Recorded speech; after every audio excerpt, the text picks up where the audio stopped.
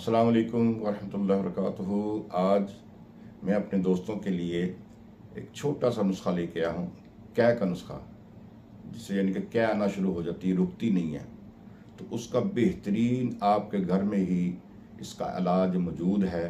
अपने घर में ही वो चीज़ें उठाएं, इस्तेमाल करें और फौरी तौर पर शफायाब हो जाए। तो आपके घर में वो सबसे अनमोल और सबसे आला चीज़ जो है वो कौन सी है? वो है धनिया। तो धनिया आप लेना, थोड़ा सा उसके पत्ते उतार लेने। पत्ते उतारने के बाद 1.5 कप पानी में आपने उसको जोश देना।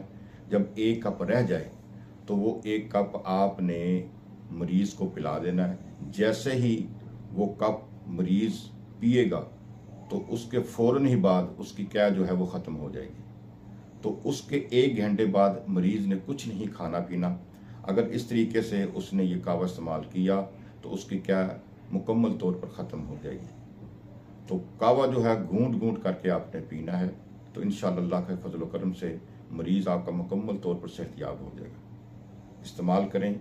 और इस हमारी जो चीज़ें हैं, जितने भी नुस्खे कावे हम आपको बताते हैं, आगे लोगों को शेयर करें ताकि आप भी उस सदका जारिया में अपना हिस्सा लें। अल्लाह ताला आपको सवाब अता फरमाए।